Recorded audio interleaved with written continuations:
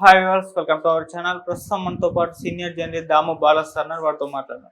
నమస్కారం సార్. నమస్తే. సార్, కవిత గారిని సిబిఐ వాళ్ళు అరెస్ట్ చేయడం జరిగింది సార్. అయితే ఆమె ఆల్రెడీ తిహార్ జైల్లోనే ఉన్నారు. మరి జైల్లో ఉన్న ఆమెను సిబిఐ వాళ్ళు ఎలా అరెస్ట్ చేస్తారు? ఈ విధంగా చేయొచ్చు అంటారా? మరి ఫర్దర్ గా ఏం జరగచ్చు? ఆమెని కస్టడీకి ఏమైనా తీసుకునే ఛాన్స్ కనిపిస్తున్నాయి సార్? యా నిజానికి ఇది చాలా వ్యాలిడ్ క్వశ్చన్. చాలా మందికి డౌట్లు ఉన్నాయి. అసలు ఆల్రెడీ ఆమె జైల్లో ఉంటే మళ్ళీ అరెస్ట్ చేయడం ఏంటి? మరి అరెస్ట్ చేస్తే సిబిఐ కస్టడీకి తీసుకుంటుందా? మళ్ళీ ఒకవేళ దీంట్లో బెయిల్ వస్తే దాంట్లో బెయిల్ రాదా? సో ఏంటి అనేది అందరికీ ఉంది.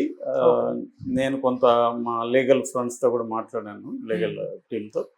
సో వాళ్ళు చెప్తున్నది ఏంటంటే, అంటే ఇది కొంత నాకు కూడా పర్సనల్ ఎక్స్పీరియన్స్ కూడా ఉంది. ఎక్కువగా మావోయిస్టులని ఇదే పని చేసేవాళ్ళు. ఒక జైల్లో ఉంటే ఇంకొక కేసులో పీటీ వారెంట్ అని వేసేవాళ్ళు. అంటే వాళ్ళు ఒక బెయిల్ మీద బయటికి రాగానే రెడీగా ఉంటారనమాట. జైలు నుంచి బయటికి హ్యాపీగా బయటకు వస్తాడు కదా ఇతను లేకపోతే ఆవిడ, ఇమ్మీడియట్గా అరెస్ట్ చేసేసి ఇంకొక కేసులో పెట్టేసేవాళ్ళు. అంటే వాళ్ళు బెయిల్ మీద బయటికి రాకుండా చూసుకోవడం అనేది పోలీసుల కర్తవ్యం. ఆ పని చేస్తూ ఉండేవాళ్ళు. ఇది ఎప్పటి నుంచో మావోయిస్టులు చేసేవాళ్ళు. ఇప్పుడు ప్రతిపక్షాల మీద అలాంటివి చేస్తున్నారు. గతంలో మావోయిస్టుల మీద లేకపోతే పౌర హక్కుల సంఘాల మీద ఇలాంటి వాళ్ళ మీద అంతా కూడా ఇలాంటి ఇదే ఉండేది అనమాట. అంటే బేసిక్గా ఏంటంటే ఈమెది వేరు కేసులు కూడా కాదు. ఇందాక నేను చెప్పిన మావోయిస్టుల ఎగ్జాంపుల్ వేరు కేసులు.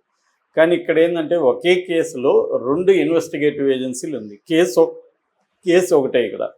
కాకపోతే సెక్షన్లు వేరు, చట్టం వేరు. అంటే కవిత మీద పిఎంఎల్ఏ చట్టంలో మాత్రమే ఈడీ అరెస్ట్ చేసింది. అది పిఎంఎల్ఏ చట్టం కింద ఈడీ పరిధిలోకి వస్తుంది. Prevention of money laundering. అంటే మనీ లాండరింగ్ అంటే ఏంటి? నేను చాలాసార్లు చెప్పాను. బ్లాక్ మనీని వైట్ మనీగా మార్చుకునే ప్రాసెస్. లాండరీ అంటే క్లీన్ చేయడం. సో క్లీనింగ్ అనమాట. డర్టీ మనీని క్లీన్ మనీగా మార్చడాన్ని మనీ లాండరింగ్ అంటారు. సో ఈ డర్టీ మనీని క్లీన్ మనీగా మార్చినారు అని ఎక్కడైనా వాళ్ళకి ప్రూఫ్ ఉంటే ఈడీ రంగంలోకి దిగుతుంది. సో సిబిఐ ఏంటి? అది జనరల్గా ఏ కుంభకోణాలు కానీ ఎనీ క్రైమ్లో సిబిఐ రంగంలోకి దిగచ్చు.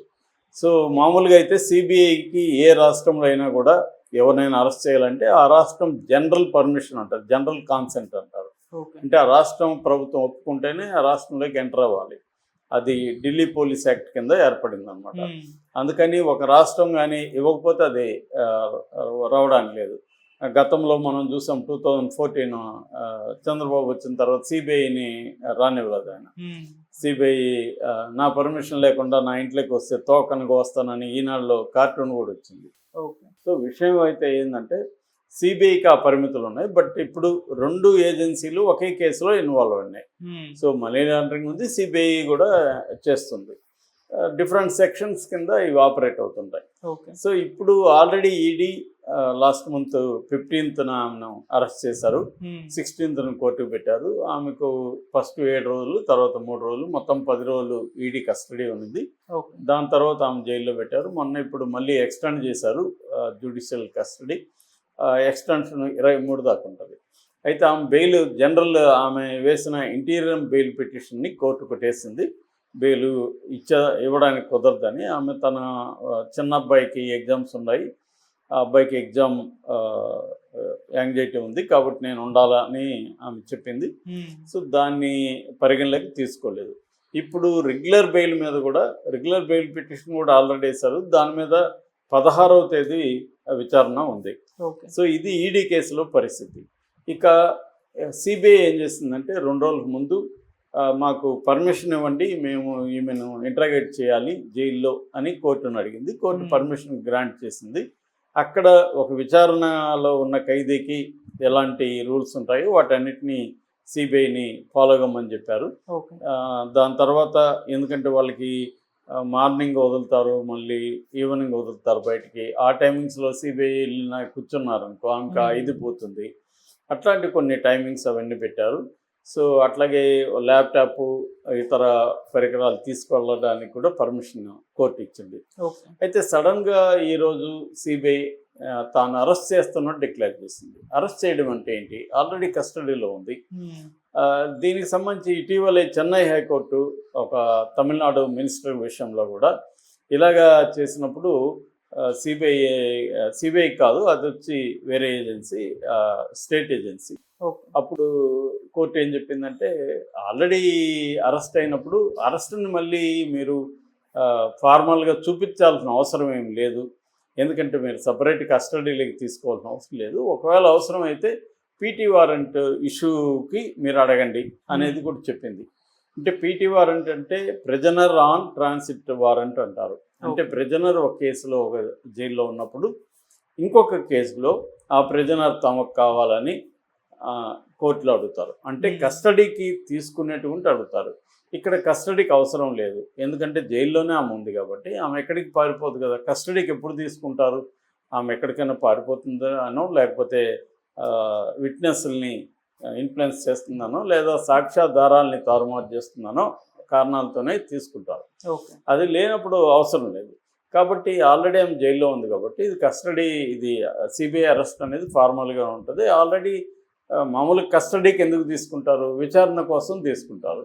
ఇక్కడ ఆల్రెడీ జైల్లో ఉన్నప్పుడు వాళ్ళు మళ్ళీ సిబిఐ ఆఫీస్కి తీసుకెళ్లాల్సిన అవసరం లేదు కాబట్టి జైల్లోనే వాళ్ళు పోయి విచారించుకోవచ్చు. మనకి చంద్రబాబు విషయంలో కూడా ఇదే జరిగింది కదా. సిఐడి వెళ్ళి జైల్లోనే 2 రోజులు విచారించాల్సి వచ్చింది కదా.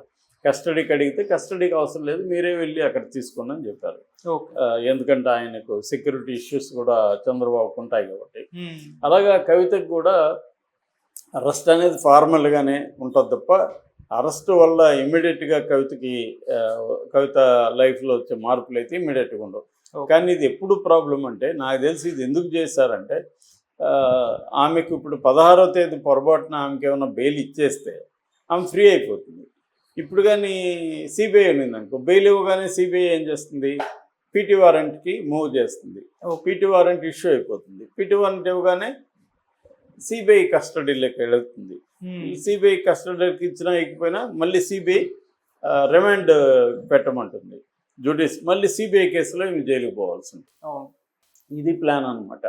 అంటే ఆమె ఈడీ కేసులో ఆమె బెయిల్ వచ్చినా జైలు నుంచి బయటికి రాకుండా వీళ్ళు చేసే ప్లాన్ అనమాట. ఇది ఎప్పటి నుంచో ఇందాక చెప్పినట్టుగా మావోయిస్టుల పైన ఇదే పని చేస్తుంటారు. అంటే గవర్నమెంట్కి సంబంధించిన పోలీసులు కావచ్చు, ఇట్లా లా అండ్ ఆర్డర్ పోలీస్ కావచ్చు, ఇట్లా స్పెషల్ ఇన్వెస్టిగేటివ్ ఏజెన్సీలు కావచ్చు, వీళ్ళందరి ప్యాటర్న్ కూడా ఏంటంటే పౌరులను లేకపోతే ప్రభుత్వానికి వ్యతిరేకంగా ఉన్న వాళ్ళను వేధించదలుచుకుంటూ వీళ్ళు రకరకాల పద్ధతులు ఉన్నాయి. ఇవన్నీ కూడా లీగల్గా అలౌడ్ పద్ధతులు అనమాట.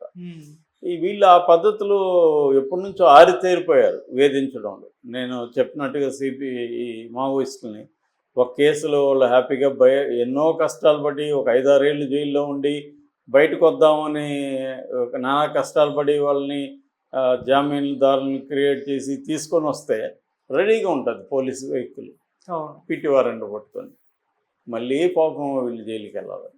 సో ఇలాగా ఉంటుంది అనమాట. అందుకని అది కావాలని, అందుకనే ఇండియాలో ఏంటంటే ప్రాసెస్ ఇస్ ద పనిష్మెంట్ అంటారు. అంటే శిక్ష పడినాక అనుభవించడం వేరు, శిక్ష పడకముందే జైల్లో ఉండడం, ఈ బాధలన్నీ పడడం వేరు. మనం ఇప్పుడు జిఎన్ సాయిబాబా ఆ విషయంలో చూసాం. ఆయనకి 95% వికలాంగుడు. ఆయన్ను ఇలాగే 10 ఏళ్ళు జైల్లో ఉన్నాడు. ఆల్మోస్ట్ ఆయన 10 ఏళ్ళు జైల్లో ఉన్నాక ఆయన నిర్దోషని కోర్టు చెప్పింది. మరి ఈ 10 ఏళ్ళ పరిస్థితి ఏంటి? సో ఇటువంటి మామూలుగా మన నేచురల్ క్రిమినల్ జస్టిస్ సిస్టమ్ ఏం చెప్తుందంటే 100 మంది తప్పు చేసిన వాళ్ళు తప్పించుకున్నా పర్వాలేదు, కానీ ఒక్క నిర్దోషి మాత్రం శిక్ష పడకూడదు అని చెప్తుంది. కానీ ఇండియాలో 80% మన జైళ్ళల్లో ఉన్నవాళ్ళు దోషుల తేలకుండా ఉండేవాళ్ళే. అంటే వాళ్ళ మీద నేరం నిరూపితం కాకుండానే వాళ్ళు జైల్లోనే ఉంటారు. అది కూడా సుప్రీంకోర్టు అనేకసార్లు ఏం చెప్పిందంటే unless otherwise proved accused is deemed not guilty. వాళ్ళు నిర్దోషులు అన్నట్టుగా లెక్క, ప్రూవ్ అయితే తప్ప. ప్రూవ్ కాలేదు కాబట్టి వీళ్ళందరూ నిర్దోషులే. దాదాపు 5 లక్షల మంది ఖైదీలు మన జైళ్ళల్లో ఉంటే అందులో దాదాపు 4 లక్షల మంది, అంటే అరౌండ్ 77-80% రిమాండ్ ప్రిజనర్సే ఉంటారు. శిక్ష పడిన వాళ్ళు చాలా చాలా తక్కువ, 20% కూడా శిక్ష పడిన వాళ్ళు జైళ్ళల్లో లేరు. చాలామంది జైల్లో ఉన్న వాళ్ళందరినీ కూడా వాళ్ళు ఏమన్నా అమాయకుల జైల్లో ఉన్న వాళ్ళందరూ క్రిమినల్స్ అని కామెంట్లు పెడుతుంటారు మన పోస్టుల కింద. వాళ్ళకి ఈ విషయాలు తెలియదు అనమాట. జైల్లో ఉన్నవాళ్ళు అందరూ నేరస్తులు కాదు, నేరం ఆరోపించబడిన వాళ్ళు. ఇప్పుడు రేపొద్దున ఈ కామెంట్లు పెట్టేవాడి మీద కూడా రేపు నేరం ఆరోపించబడవచ్చు. వాళ్ళకి అప్పుడు తెలుస్తుంది, అవరే ఇది ఉందా మనకు తెలియదు అనుకుంటారు వాళ్ళు. కాబట్టి కవితను కూడా వేధించడానికి, కవితను త్వరగా బయటికి పంపకుండా ఉండే దానికోసమే ఈ సిబిఐ ఈ ప్లాన్ చేసింది. నిజానికి సిబిఐకి అరెస్ట్ అవసరం లేదు, సిబిఐ విచారించదు, జైల్లో ఉంది కాబట్టి. కానీ సిబిఐ ఎందుకు అరెస్ట్ అని అంటే పొరపాటున ఉన్న 16వ తేదీ బెయిల్ రావడం కానీ, లేదా వీళ్ళు హైకోర్టుకో సుప్రీంకోర్టుకి వెళ్ళి బెయిల్ కానీ వస్తాయి, మళ్ళీ సిబిఐ కేసులో మళ్ళీ ఈ ప్రొసీజర్ రెడ్డొచ్చి మొదలాడన పాత సామెత ఉంది కదా, అలాగా మళ్ళీ ఇవన్నీ జరగాలి. ఈ లోపల వాళ్ళకి అనుకున్న టైము కనీసం ఒక 1 year జైల్లో ఉంటుంది. సో కవిత నాకు తెలిసి ఒక 1 year వరకు బయటికి రాకుండా వీళ్ళు పకడ్బందీగా ప్లాన్ చేస్తున్నారు.